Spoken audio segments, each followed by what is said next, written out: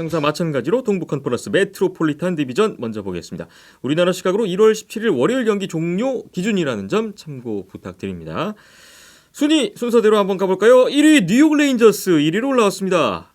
39경기 54점인데 지난주에 LA전 졌지만 세너제이 잡고 필라델피아전 역전승. 최근 8경기 6승 2패 성적으로 치른 경기 수는 많지만 올 시즌 처음으로 디비전 1위에 올라온 뉴욕 레인저스네요.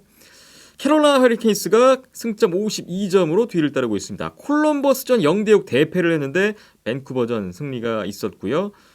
최근 6승 1패 1OT 캐롤라이나도 좋죠. 상위권 팀들 중에서는 소화 경기 수가 가장 적은 캐롤라이나입니다. 3위는 워싱턴 캐피털스입니다. 51점이고요. 보스턴전 역전패, 뉴욕 아일랜더스전 승리, 5경기 만의 승리였습니다. 밴쿠버전 다시 한번 역전패가 기록됐었던 지난주였는데 최근 6경기 1승 3패 2OT로 조금 좋지 않아요. 피츠버그 펭귄스가 승점 49점으로 4위에 올라 있습니다. 애너하임전에서 예브게니 말킨 선수가 올 시즌 첫 출장했죠. 첫 경기에서 결승골 포함해서 2골 1도움 활약 빛났고요. 그 경기 또 승리가 됐어요. LA전 졌지만 세너제이전 연장승을 거두면서 최근 15경기 13승 2패 기세 올리고 있는 피츠버그 펭귄스입니다. 다음 하위권으로 봅니다. 콜럼버스 블루제키츠 5위인데요. 35점이고요. 시카고전, 플로리다전 패배가 있었고 캐롤라이나전은 또 6대0 대승이 있었던 지난주였습니다. 필라델피아 플라이어스가 6위 33점, 보스턴과 뉴욕 레인저스전 모두 패배가 됐는데 최근 7경기 1승도 없습니다. 5패 2OT. 상당히 점점 더 어려워지게 된 필라델피아고요. 뉴저지 데블스가 7위 33점. 지난주에는 뉴욕 아일랜더스전 한 경기만 있었는데 패배로 끝났습니다. 최하위 8위는 여전히 뉴욕 아일랜더스입니다. 승점은 28점이고요. 지난주에 뉴저지전 승리를 했고 워싱턴전 패배로 5경기 연속 승점은 마감됐는데 최근 6경기 중에서 5경기 승점을 올리고 있고요. 경기 수를 감안한다면 자력으로 디비전 5위까지는 가능한 위치에 놓여 있는 뉴욕 아일랜더스입니다. 메트로폴리탄 디비전 먼저 8팀 간략하게 지난 한 주 살펴봤는데 자, 1위가 이제 뉴욕 레인저스로 바뀌었다는 점이 일단 가장 눈에 띄고요. 자, 필라델피아 플라이어스가 지금 계속해서 부진을 면치 못하고 있다는 점도 또 하위권에서는 눈길을 끌고 있습니다. 예, 뭐 필리가 지금 계속 올라올 느낌도 보여주지 못하고 있어요. 사실은 네. 이제 이 자리에 있을 팀이 아니고, 물론 이제 올 시즌은 이제 부상이라는 부분도 이제 많이 발목을 잡은 건 사실입니다. 라이언 앨리스 선수도 부상이었고, 그 다음에 돌아오면 나가고 이런 상황이 계속 되고 있었거든요. 그 다음에 뭐 이 케빈 헤이스 선수도 이제 초반에 복귀를 못했다가 이제 중간에 잠깐 복귀를 했다가 또 이제 또 빠졌다가 또 복귀를 하는 이런 부분.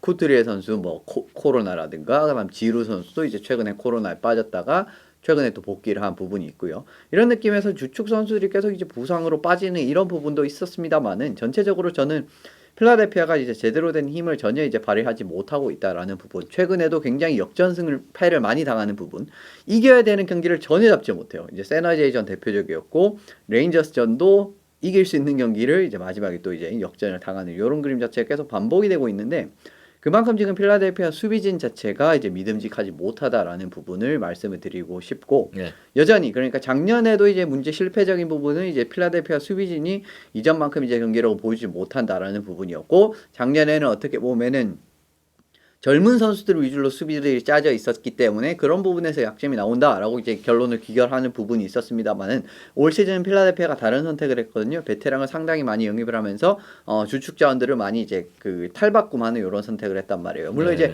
라이언 앨리스가 빠진 부분 자체는 정말 이제 크다라고 말씀을 드릴 수가 있는데, 이 부분은 이제 뭐 어쩔 수 없다라고 봐도 리스톨라이넨의 영입은 전혀 실효성을 보지 못하고 있고, 그리고 뭐 옌들 선수는 이 선수가 왜 플로리다에서 이제 나가게 됐는지 알 수 있게 되는 이런 느낌에서 수비적인 부분, 원래 이제 옌들 선수도 옛날 전성기 때는 굉장히 이제 공수양면으로 뛰어난 선수였지만 최근 몇 년간 수비적인 부분에서의 기여가 상당히 떨어지고 있는 부분이 있었거든요.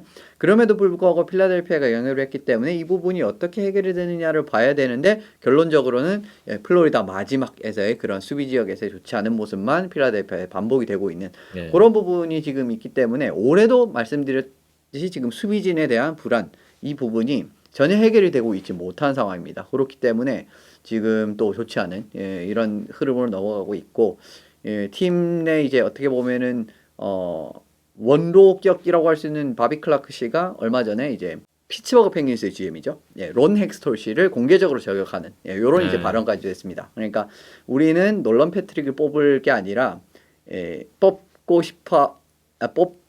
싶었다기보다는 켈 머카를 더 뽑고 싶어했다. 스카우트들이. 근데 이제 좀 독단적으로 헥스톨이 결정을 했다부터 시작을 해서 이제 여러 가지 부분에서 좀 이제 그 전 GM을 공개적으로 이제 좀 저격하는 요런 이제 발언을 했거든요. 그러니까 이런 이야기가 나올 정도로 그만큼 지금 필라델피아가 상태가 안 좋다, 상황이 좋지 않다라는 걸 의미를 하고 있기 때문에 올 시즌 이제 얼마나 좋지 않은 시즌을 보내고 있는지는 이런 그 클라크 씨의 이런 인터뷰에서도 지금 이 드러나는 장면이 있지 않나라는 생각이 듭니다. 네.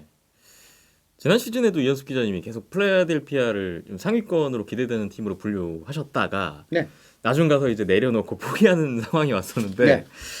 글쎄 올 시즌도 좀 그와 비슷하게 가는 게 아닌가 지금 상황으로서는 좀 걱정이 들기도 합니다. 이 팀도 전력대로라면 절대 여기에 있을 팀이 아닙니다. 댈러스와 마찬가지예요. 저는 그렇게 생각하는 팀인데 이 전력적인 구성으로 봤을 때는 모든 것이 다 갖춰져 있는 팀이다였거든요. 하지만 이제 뚜껑을 따 봤을 때는 뭐 여러 가지 부상도 그랬었고 그리고 실제로 초반은 그렇게 나쁘지 않았거든요. 필라델피아가 극초반 시즌 초반. 근데 네. 전혀 지금 뭐 위기 같은 부분에서 이제 그 좀 뭐 부상이라든지 좀 돌발 변수라든지 이런 여러 가지 부분이 이제 등장을 했을 때 대처를 하지 못하는 상황이 나오게 되면서 이제 그 부분에서 지금 필라델피아가 계속 하위권을 맴도는 이런 상황인 것 같습니다. 네. 메트로폴리탄 디비전 먼저 정리해 봤습니다.